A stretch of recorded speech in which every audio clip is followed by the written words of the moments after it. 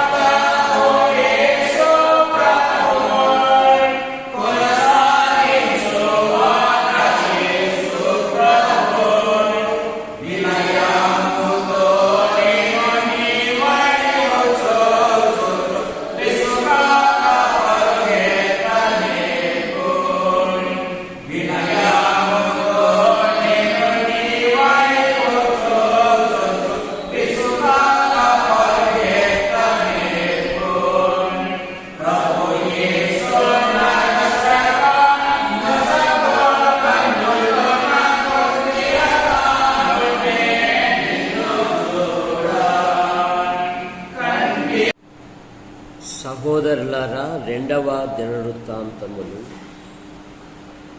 14వ అధ్యాయము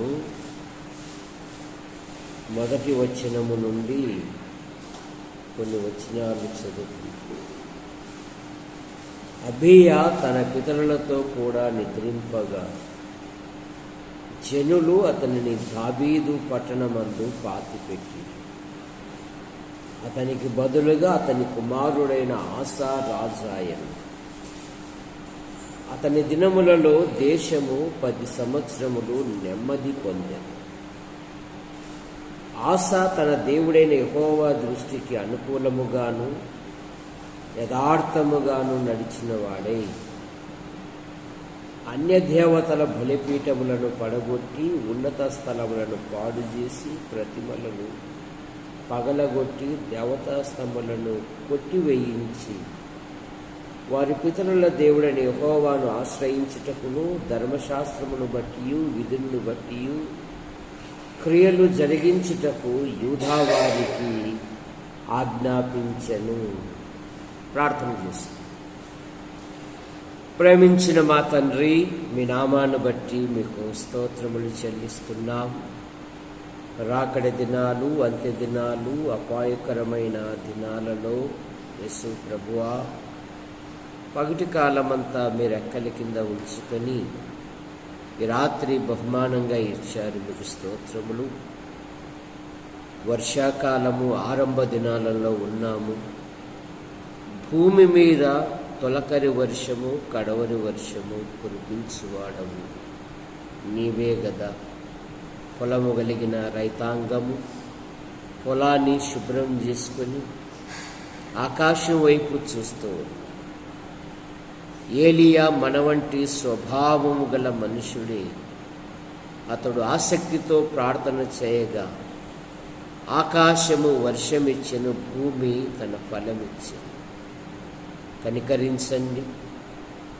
మా ప్రాంతంలోనూ, మా దేశంలోనూ, మా రాష్ట్రంలోనూ, మా తాలూకాలోనూ, మా జిల్లాలోనూ, మా మండలంలోనూ సమృద్ధి అయిన వర్షము పడునట్లుగా మీ కృపను దయచేయండి. కన్నీటితో విత్తువాడు సంతోషముతో పనులు పోయినట్లుగా మీ కృపను దయచేయండి.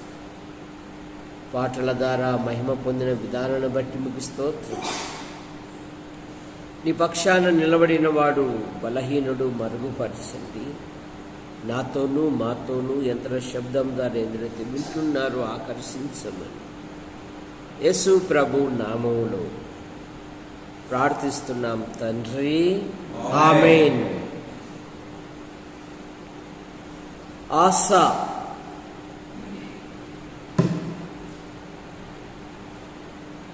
ఆస అనగా వైద్యుడు అని అర్థం. మన ప్రభువైన యేసుక్రీస్తు వారు పరమ వైద్యుడు. ఆదికాండములో మొట్టమొదట ఆపరేషన్ చేసినది ఎవరు నైనా ప్రమోదు? బైబిల్లో మొట్టమొదట ఎవరికి ఆపరేషన్ చేశాడు? చదువుతున్నా బైబిల్? అప్పుడప్పుడు చదువుతున్నావా? ప్రతిరోజు చదవాలి. మొట్టమొదట ఆదాముకు గాఢ నిద్ర కలగజేసి ప్రక్కటెముకను తీసి స్త్రీగా నిర్మించెను. ఆ చోటును మాంసముతో పూడ్చివేసెను.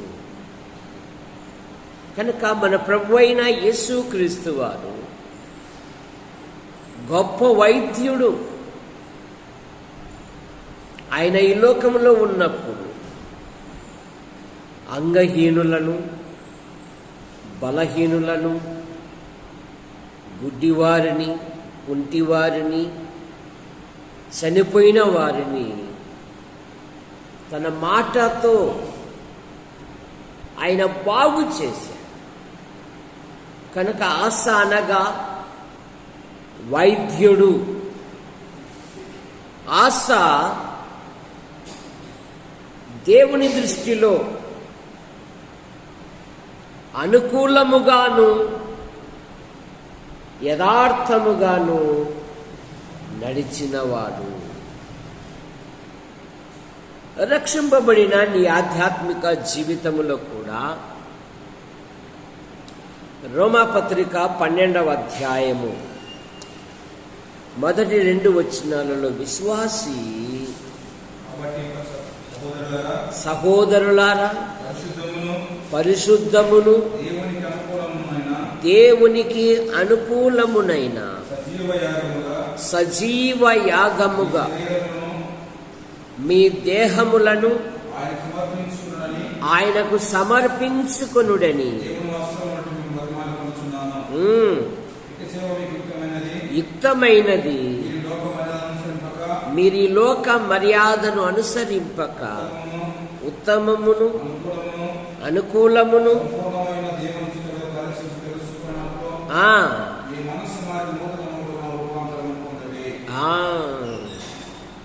అనుకూలముగా యథార్థముగా మీ మనస్సు మారి నూతన రూపాంతరము. కనుక ఆశ దేవుని దృష్టికి అనుకూలంగా నడిచాడు. సొలొమోను చేసిన ఈ ప్రార్థన దేవునికి అనుకూలమాయెను. గనుకనే దేవుడు అతనికి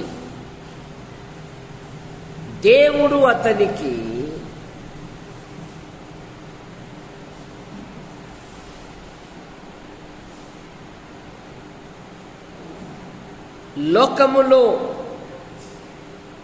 ఏ మానవునికి లేనంత ప్రజ్ఞ ఇచ్చాడు. కనుక సొలొమోను చేసిన ఈ ప్రార్థన దేవునికి అనుకూలమాయను. సొలొమోనా, నువ్వు జ్ఞానాన్ని అడిగావు, కానీ నా మనసులో ఏముందో తెలుసా? ఆయుష్ను ఐశ్వర్యమును నువ్వు అడగకపోయినను వీటిని కూడా నీకు ఇచ్చుచున్నాను. మన దేవుడు మనం అడుగు వాటికంటే ఊహించు వాటికంటే అత్యధికముగా దయచేయు దేవుడు. విశ్వాసి జీవితములో అలాగే ప్రభు జీవితంలో కూడా 93వ కీర్తన 5వ వచనములో, దేవా మందిరములో ఎన్నటెన్నటికీ పరిశుద్ధతయే అనుకూలము. అందుకని దానియేలు తాను అపవిత్రుడుగా ఉండకుండానట్లు రాజ భోజనమునే తిరస్కరించాడు. 93వ కీర్తన 5వ వచనములో, నీ శాసనములు ఎన్నడూ తప్పిపోవు, యెహోవా ఎన్నటెన్నటికీ పరిశుద్ధతయే నీ మందిరమునకు అనుకూలము. పరిశుద్ధత ఉండాలి. పరిశుద్ధత లేకుండా ప్రభుని ఎవడు చూడడు.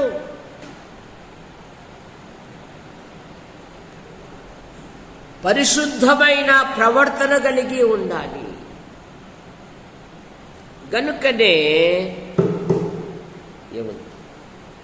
గనుకనే విశ్వాసి ఆయన పరిశుద్ధుడై ఉన్న ప్రకారము మనము మన సమస్త ప్రవర్తన యందు పరిశుద్ధత కలిగి ఉండాలి. ఆసా తన దేవుని దృష్టికి అనుకూలముగాను నడిచాడు. రెండవది, ఆసా తన దేవుని దృష్టికి యథార్థముగా నడిచాడు. భూమి మీద ఎవరు ఇష్టలంట దేవునికి? యథార్థవంతులు ఆయనకిష్టులు అనే మాట మనం చూస్తాం. యథార్థముగా ప్రవర్తించు వారికి ఆయన ఏ మేలు చేయక మానడు అనే మాట మనం చూస్తాం. దేవుని కనుదృష్టి లోకమంతటా సంచారము చేయుచున్నది. ఎందుకు?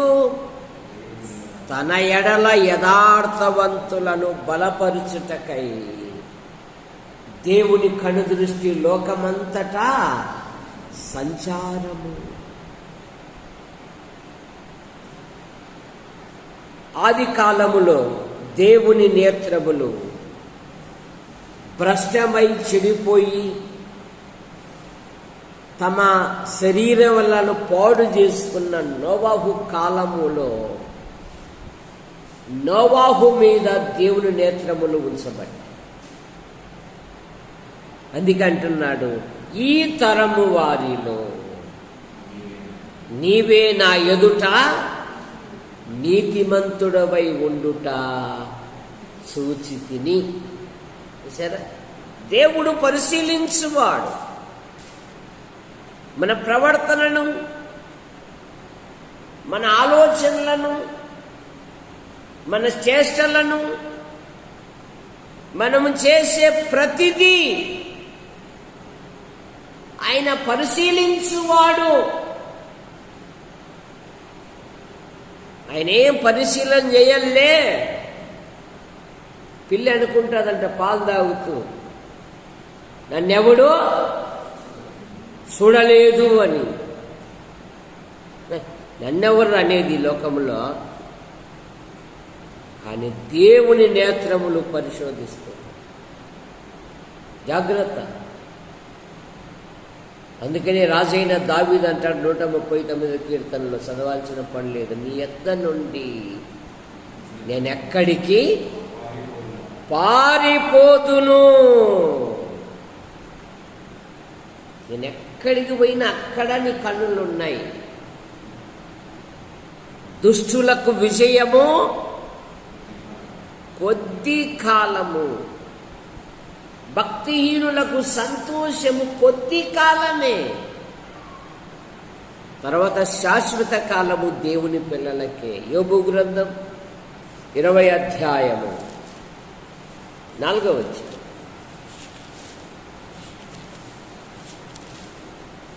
20వ అధ్యాయము 4వ వచనం.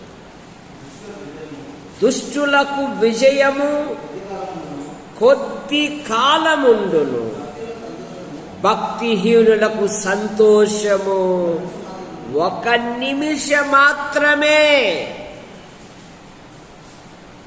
వారి సంతోషము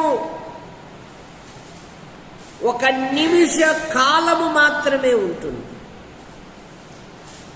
కనుక విశ్వాసి ఆందోళన పడకూడదు. ఎందుకంటే ఆయన నేత్రాలు ఉన్నాయి. ఆశలో ఉన్న 3వ మాట, అతడు దేవుని ఆశ్రయించినవాడు.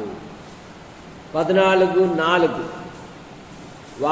వారి పితరుల దేవుడైన యెహోవాను ఆశ్రయించుటకును, ధర్మశాస్త్రమును బట్టి విధులను బట్టి క్రియలు జరిపించుటకును యూదా వారికి ఆజ్ఞాపించెను. దేవుణ్ణి ఆశ్రయించిన వాడు, నన్ను ఆశ్రయించుడి మీరు బ్రతుకుదురు. యోబు గ్రంథం 5, ఆమోసు గ్రంథం 5:4.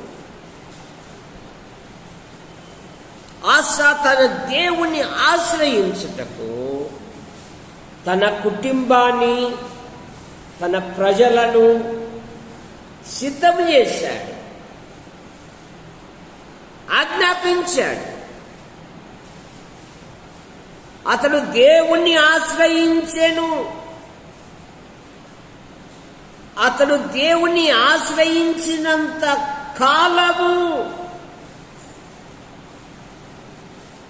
నెమ్మది కలగజేశాడంట దేవుడు. 7వ వచనం 14:7. యెహోవాను మనము ఆశ్రయించితిమి, ఆశ్రయించినందున ఆయన మన చుట్టూ నెమ్మది.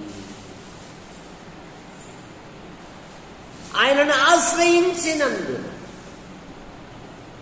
నెమ్మది, ఆయనను ఆశ్రయించినందున జయము. 2వ దినవృత్తాంతాలు 13:18. ఈ ప్రకారము ఇశ్రాయేలు వారు ఆ కాలమందు తగ్గింపబడిరి గాని యూదా వారు తమ పితరుల దేవుడైన యెహోవాను ఆశ్రయించుట చేత జయము పొంది. వారు తమ దేవుడైన యెహోవాను ఆశ్రయించుట చేత, దేవుని ఆశ్రయిస్తే నెమ్మది, దేవుని ఆశ్రయిస్తే జయము. దేవుని ఆశ్రయించుట చేత నీ ఆధ్యాత్మిక జీవితములో 16వ అధ్యాయము 9వ వచనములో 2వ దినవృత్తాంతములు 16వ అధ్యాయము 9వ వచనం, తన ఎడల యథార్థవంతులను బలపరచుటకై యెహోవా కనుదృష్టి లోకమంతటా సంచారము చేయుచున్నది. ఈ విషయమందు నీవు మతి తప్పి ప్రవర్తించదు గనక ఇది మొదలుకొని నీకు యుద్ధములే కలుగును. ఎందుకు? అతను దేవుణ్ణి ఆశ్రయించలేదంట. దేవుని విషయంలో మతి తప్పి ప్రవర్తిస్తున్నారు ఈ దినాలలో. యుద్ధానికి వెళ్ళే తప్పుడు గొప్ప భక్తి ఉంది. 14వ అధ్యాయం 11వ వచనములో ఆసా తన దేవుడైన యెహోవాకు మొరపెట్టి యెహోవా విస్తారమైన సైన్యపు చేతిలో నుండి ఓడిపోకుండా బలము లేని వారికి సహాయము చేయుటకు నీకన్నా ఎవరునూ లేరు. మా దేవా యెహోవా, మాకు సహాయము చేయము. నిన్నే నమ్ముకొని ఉన్నాము. నీ నామమును బట్టియే ఈ సైన్యమును ఎదిరించుటకు బయలుదేరి ఉన్నాము. యెహోవా, నీవు మా దేవుడవు.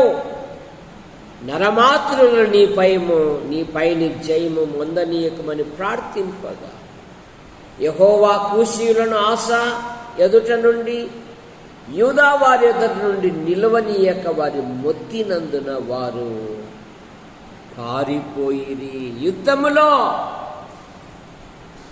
ఇక గొప్ప ప్రార్థన చేస్తూ ఉన్నారు. బలము లేని వారికి సహాయము చేయుటకు నీకన్నా ఎవరు ఈయన? చెప్పు శ్వేత, ఎవరైనా? ఒక రాజు, ప్రజలున్నారు, సైన్యం ఉంది, సింహాసనం ఉంది, పరిపాలన చేస్తూ ఉన్నాడు. కానీ యుద్ధ సమయంలో ఏమని ప్రార్థన చేస్తున్నాడు? బలము లేని వారికి నీకన్నా సహాయకుడు మాకెవరున్నారయ్యా. మనం చిన్నగా కాస్త కూడు, కాస్త గూడు, కాస్త గుడ్డ దొరికేళ్ళకల్లే ఈ దేవునికి వినయంగా ఉండడానికి మనసు ఒప్పదు. మనసు కానీ ఈ రాజు చూడు, దేవుని సన్నిధిలో తన్ను తాను తగ్గించుకుని ప్రార్థిస్తుంది. మాకు బలము చాలదు, నీ నామం బట్టి బయలుదేరుతున్నాం, మాకు సహాయము చేయము. ఎప్పుడైతే ప్రార్థించాడో దేవుడు అద్భుతమైన విజయాన్ని ఇచ్చాడు. నీ ఆధ్యాత్మిక జీవితములో, నీ కుటుంబములో ఏ బలహీనతలైతే ఉన్నాయో అవి ఒప్పుకొని ప్రార్థన చేయి. అతిక్రమములను దాచిపెట్టువాడు వర్ధిల్లడు, వాటిని ఒప్పుకొని విడిచిపెట్టువాడు దేవుని మహా కనికరము పొందును.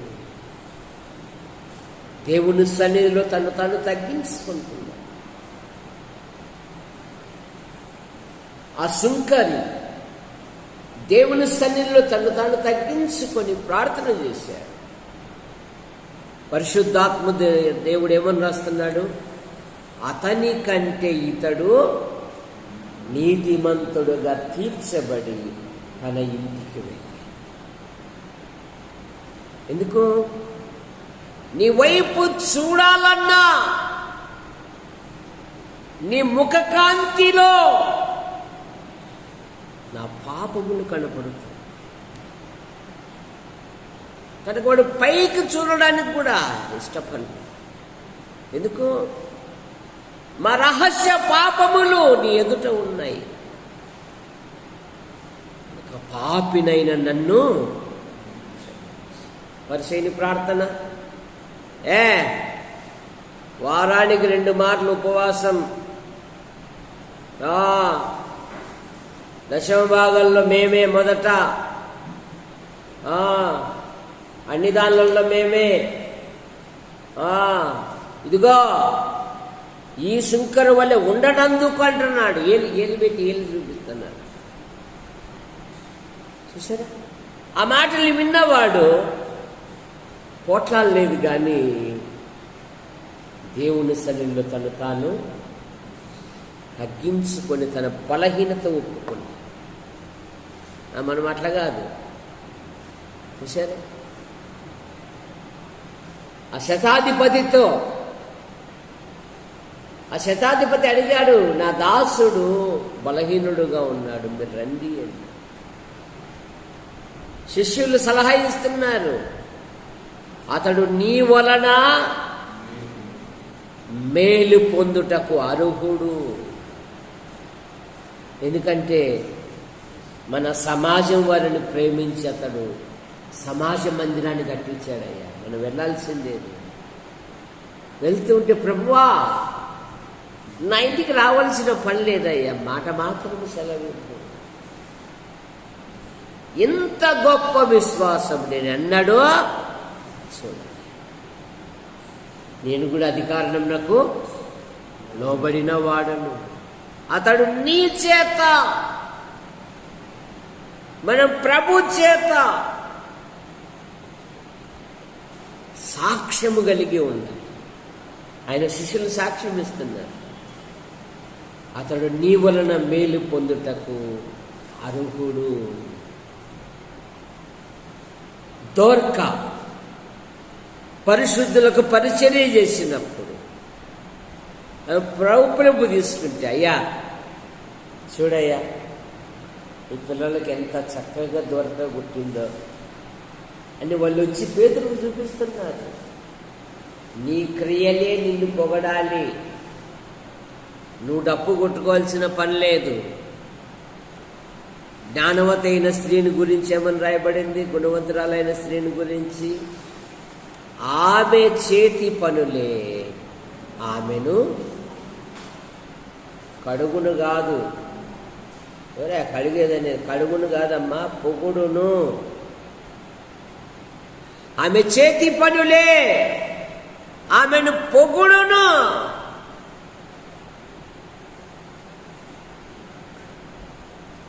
పొగిడించుకోవడానికి డప్పులు కొట్టుకోవాల్సిన పని లేదు. చూసారా, అతడు ప్రార్థించాడు. యుద్ధములో అద్భుతమైన విజయాన్ని ఇచ్చాడు. అతడు దేవునికి ఇష్టమైన వాడు గనుకనే దేవుడు అతనికి నెమ్మది, విశ్రాంతి కలుగజేశాడు. 6వ వచనం. ఆ సంవత్సరములలో అతనికి యుద్ధములు లేకపోవుట చూసి దేశములో నెమ్మది కలిగి ఉండెను. యెహోవా అతనికి విశ్రాంతి దయచేసి. యెహోవా అతనికి విశ్రాంతి. ఎందుకు? తన ప్రజలకు ఆయన నెమ్మదిచ్చే దేవుడు, ప్రశాంతనిచ్చే దేవుడు. నా శాంతినే మీకు అనుగ్రహించుచున్నాను అన్నాడు రక్షకుడు. పౌలు గారు అన్నారు, యేసు క్రీస్తు వలన దేవుని సమాధానం మీ హృదయములకును మీ తలంపులకును కావాలి. దేవుని సమాధానం, దేవుని సమాధానం ఉంటే చాలు. ఇక నువ్వు ఆందోళన పడనక్కర్లేదు. ఆయన సమాధానకర్త, సమాధానం అనుగ్రహించుద్ది. తన ప్రజలకు సమాధానమిచ్చు దేవుడు. తన ఆధ్యాత్మిక జీవితములో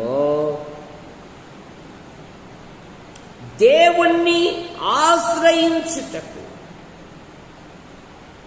తన ప్రజలను, తన కుటుంబాన్ని పురికొల్పినవాడు. అతడు యూదా వారికి ఇలాగూ ప్రకటన చేశాను, మన దేవుడైన యెహోవాను మనము ఆశ్రయించితిమి.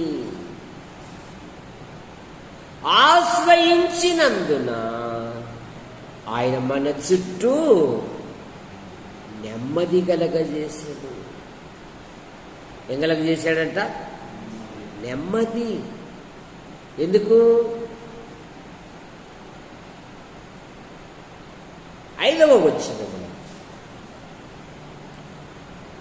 4వ వచనము, వారి పితరుల దేవుడైన యెహోవాను ఆశ్రయించుటకును ధర్మశాస్త్రమును బట్టి, విధులను బట్టి, క్రియలను బట్టి జరిగించుటకు యూదా వారికి ఆజ్ఞాపించెను.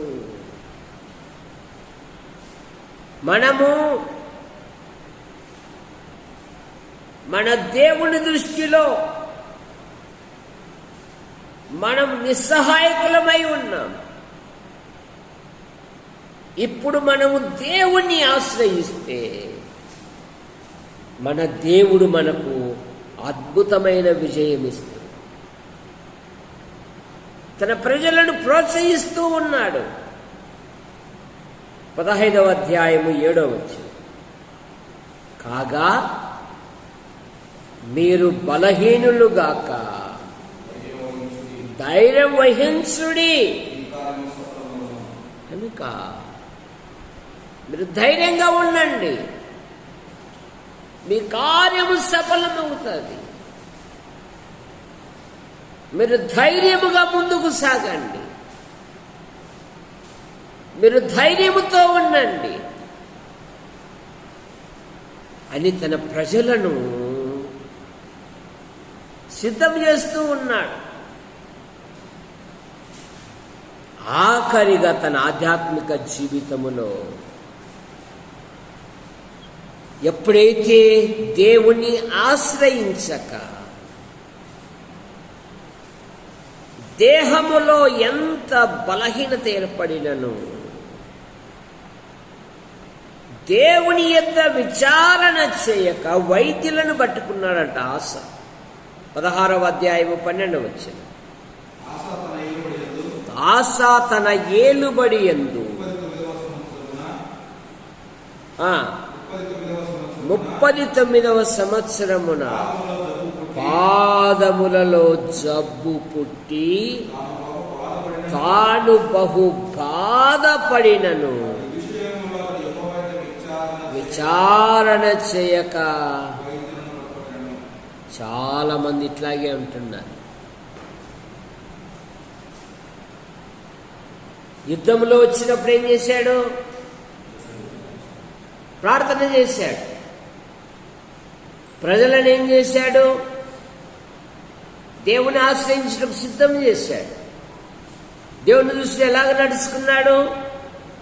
అనుకూలముగా యథార్థముగా నడుచుకున్నాడు. గొప్ప ధనవంతుడయ్యాడు. ఎప్పుడైతే ధనవంతుడయ్యాడో ఇక దైవుని విషయంలో మతి తప్పి ప్రవర్తిస్తూ ఉన్నాడు. మతి తప్పడమే కాదు, బైబిల్ ఏం చెప్తుంది? మీలో ఎవరికైనా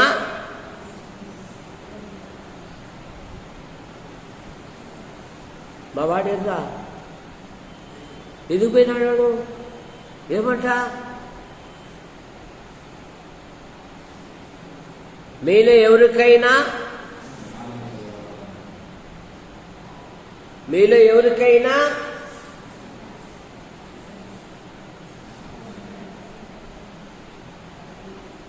యాకోబు పత్రిక, మీలో ఎవరికైనా శ్రమ కలిగేనా అతడు, మీలో ఎవరికైనా రోగి అయి ఉన్నాడా అతడు ప్రార్థన చూడు. ఈయన చూడు ఎవరిని పట్టుకున్నాడు? నూతన నిబంధనలు ఒక ఆమె వైద్యులను పెట్టుకొని ఉన్నదంతా పోగొట్టుకొని మరింత సంకటంలోకి దిగిపోయిందంట. వైద్యుల చేత ఎన్నో తిప్పలు పడి, వైద్యులు మనుషులే, దేవుళ్ళు కాదు కదా. నిజ వైద్యులు ఏమంటారు? మేము మీలాగే మానవులము, మేము చేసేది చేస్తాము, మీరు ప్రార్థన చేయండి, మీ దేవుడే బాగు చేస్తాడు అంటారు నిజ వైద్యుడైతే. సరే, మేము మీలాగే మానవులు. ప్రార్థించేది మానేశాడు. సారు కడుపులో ఉలగారం ఉంది సార్, ఏం మింగమంటావు? ఎంతసేపు జలసలు మింగు. సార్ ఒళ్ళంతా తిమ్మిరెక్కింది సార్, ఏం వేసుకోమంటావు? ఆ డాక్టర్కి ఇచ్చినంత ప్రాధాన్యత ప్రభుకి లేకపోతున్నావే నువ్వు. వైద్యుడు అవసరమే అని ఎవరు చెప్పారు? చెప్పు దాసు, యేసు ప్రభువే చెప్పారు. కానీ వైద్యానికంటే ముందు ఏం చేయాల? అడగల్లా లేదా? మరి ఎంతమంది అడుగుతున్నారు చెప్పు? నెల మార్చి నెల మావిడని పట్టుకొని పోతాను నేను యాటికి, ఆనందపురాన్ని. కానీ ట్యాబ్లెట్ వేసినప్పుడు ప్రార్థన చేసుకొని వేసుకుంటాను, అదొక సంతోషం. తబక్కని వేసుకోదు, ఓ మాట ప్రార్థన చేసుకుని వేసుకోదు. కనుక వైద్యుని పట్టుకున్నాడు రాసు. తాను బహు బాధపడినను, ఇది ఎక్కడుందో చూడు ఈ మాట. పాదములలో జబ్బు పుట్టి తను బహుగా బాధపడినను అతడు వైద్యులను పట్టుకొనను. ప్రార్థించలేదంట. ఈనాడు ఆధ్యాత్మికంగా విశ్వాస జీవితంలో మనం ఎలా ఉంటున్నాం? యాడిపోయినావు బిడ్డ, అలిగిపోయినావు ఏమిరా, నా మనసు అంతా నీ మీదే ఉందిరా, ఊరికి అడిగి తినేవాని అని. ఇందాక అడిగిన ఎక్కడ పోయినాడు మా బిడ్డ అని. బహు బాధపడినను ప్రార్థించడం లేదు. కుటుంబములో బహు శ్రమలు ఉండినను ప్రభుకు అప్పచెప్పడం లేదు. సాధిస్తాము కదా, అవసరమా ప్రార్థన? పైగా దేవుని మీద ఎంత దయో మా పెద్దోనికి. కాదు పెద్దనైనా, ఇంత కోటాను కోట్ల ప్రజల మీద ఆయనకి ఎన్నో బాధ్యతలు కదా. కనుక మన బాధ్యత మనమే, మన బాధ్యత అని అంటాడు మా పెద్దోడు. ఎవరు? రాజయ్య కొడుకు, బెంగళూరు వాడు. అని బైబిల్ ఏమంటుంది? ఆయన మిమ్మును గూర్చి చింతించుచున్నాడు, మీ చింత యావత్తు ఆయన మీద. బాగా చెప్తావులే అంటారు మరి అమ్మ. సరే, కాబట్టి మన ఆధ్యాత్మిక జీవితంలో మనం ప్రభు వైపు వేయాలి. నీ భారం యెహోవా మీద ఉంచుము, అప్పుడు నీ ఉద్దేశములు సఫలమవుతాయి. యవన పిల్లలు సమయాన్ని వృధా చేసుకోకుండా యాకోబు వలె ప్రభు నా భవిష్యత్తుని, ప్రభు నా కుటుంబం పట్ల, నా జీవితం పట్ల అయ్యా నీ కృపను దయచేయి. నువ్వు ప్రార్థించే కొద్దీ ఆశీర్వాదాలు పెరుగుతూనే ఉంటాయి. ఊహించక మునిపే ప్రార్థిస్తూ ఉండాలా. అందుకే భక్తుడు ధైర్యంగా అన్నాడు, నా కన్నీళ్ళు నీ బుడ్డిలో భద్రంగా ఉన్నాయి అంటున్నాడు. నేను ఎన్నాళ్ళు ఏడ్చానో, ఎన్నాళ్ళు బతిమాలానో, సిగ్గు విడిచి మాటి మాటికి అడిగాను. కనుక ఈరోజు నా లైఫ్ క్షేమంగా ఉంది. సొంత ఆలోచనలతో సొంత నిర్ణయాలు తీసుకొని సొంతంగా స్వేచ్ఛగా ఎవరైతే ఉంటారో జీవితంలో వారు ఇబ్బందులకు గురి అవుతారు. అందుకే బైబిల్ చెప్తుంది, నా కుమారుడా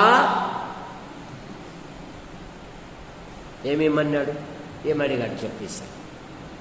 నా కుమారుడా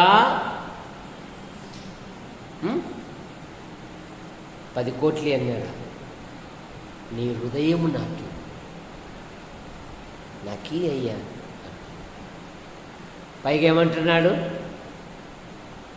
ఆయన అధికారము క్రింద ఉండు, అప్పుడు నీ మార్గాలు ఏం చేస్తాడంట? సరళం చేస్తాడు.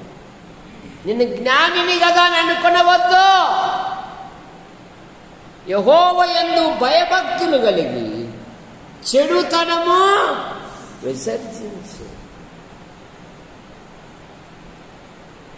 నీ ప్రవర్తన అంతటి యందు ఆయన అధికారమునకు ఒప్పుకోడు. అప్పుడు ఆయన నీ మార్గములను సరళము చేస్తాడు. సర్వ సమృద్ధి కలిగిన చోటికి నడిపిస్తాడు. ఆశా ప్రేమించిన మా తండ్రి, మీ నామాను బట్టి మీకు స్తోత్రములు చెల్లిస్తాం. రాకడ దినాలు, అంత్య దినాలు, అపాయకరమైన దినాలలో పగటి కాలమంతా మీరు కాపాడు. ఈ రాత్రి బహుమానంగా ఇచ్చారు, మీకు స్తోత్రం. యాడికి క్రైస్తవ కూడిక గృహం చేర్చబడిన ప్రతి కుటుంబాన్ని కృపను అనుగ్రహించండి నాయనా.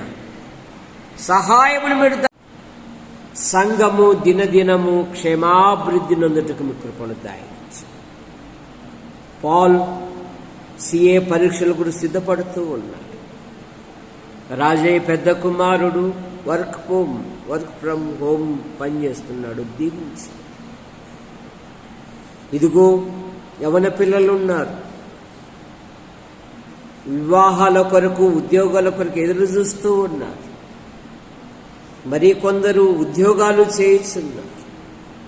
మా మండలము నుండి ఉపాధి కొరకు, ఉద్యోగము కొరకు, ఉన్నతమైన విద్య కొరకు బయటికి వెళ్ళిన ప్రతి కుటుంబాన్ని, ప్రతి వ్యక్తిని, ప్రతి యవనస్తుని, ప్రతి కుటుంబాన్ని మీరు రెక్కల కింద ఉంచుకొని మీరు కాపాడమని అడుగుతున్నాం. యేసు ప్రభువా, మీకు స్తోత్రములు చెల్లిస్తున్నాం నైనా. ఈ నెలలో ప్రతి కుటుంబములో ప్రతి విధమైన అవసరాలు మీరు తీర్చమని అడుగుతున్నాం. రాజయ్య డ్యూటీలో ఉన్నాడు, క్షేమంగా నడిపించండి. బిషప్ కొంత బలహీనతలతో ఉన్నాడు, ఆయన తీసుకుంటున్న ప్రతి మందును పదార్థంను దీవించండి. పూర్ణ ఆరోగ్యం, పూర్ణ స్వస్థత. డేవిడ్ మరి ప్రయాణంలో ఉన్నాడు, క్షేమంగా నడిపించి భార్య కుమార్తెను మీరు ఆశీర్వదించి. మా యాడికి మండలంలో ఉంటున్న ఆసుపత్రి, MRO, MDO, panchayat, police station, మా మండల నాయకులను, అధికారులను దీవించండి. మా తాడపత్రి నియోజకవర్గం నాయకులను, అధికారులను దీవించండి. మా జిల్లా కలెక్టర్ను, కార్యాలయంలో నాయకులను, అధికారులను దీవించండి. మా తెలుగు రాష్ట్రాల ముఖ్యమంత్రులను, గవర్నర్లను మీరు ఆశీర్వదించండి. మా భారతదేశం కొరకే మేము ప్రార్థిస్తాం. మా భారతదేశ ప్రధానిని, రాష్ట్రపతి గారిని, దేశ సరిహద్దులను, సైనిక పటాలమును మీరు దీవించండి. మా దేశములో ఈ విధాలుగా సువార్త ప్రకటింపబడుతూ ఉంది. అయినా దీవించండి. అయినా మీకు స్తోత్రములు చెల్లిస్తుంది. కొందరు రాలేకపోయారు, మీ కృపను దయచేయండి.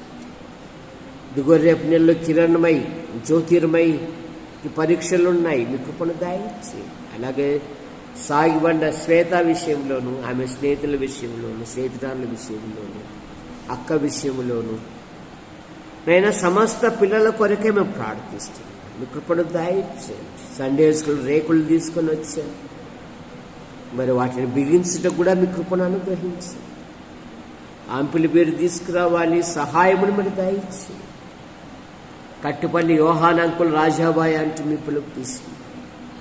వారి కుమారులు, వారి భార్యలు, వారి సంతానం, వారి కుమార్తెలు, వారి భర్తలు, వారి సంతానం దీవించండి. శ్రీరామ్మూర్తి గారు కుమార్తెల కుమారుని దీవించండి. కాసుల జాకోబ్ ప్రమాదం నుండి రక్షించండి. ఆ గాయాలను మీరు ముట్టు స్వస్థపరచండి. యేసు ప్రభా, గుంటూరు నైనా, నంద్యాల, కర్నూలు, యాడికి, కొండూరు, కోనచెరువు సంఘాలను మీరు బలపరచండి. అయినా మీకు స్తోత్రం. రాత్రి మీరు మహిమ పొంది యంత్ర శబ్దం ద్వారా ఈ మాటలు ఎందరైతే విన్నారో ఆకర్షించి ప్రతి కుటుంబములో ప్రతి విధమైన అవసరాలు కూడా మెడితీర్చి మా కొరకు ప్రార్థిస్తూ మా అవసరాలు తీరుస్తూ మమ్మల్ని ప్రేమిస్తున్న ప్రతి వారిని దీవించండి. యూట్యూబ్ ద్వారా వీక్షిస్తున్న ప్రతి ఒక్కరిని దీవించండి. రాత్రి మీరు మహిమ పొందండి.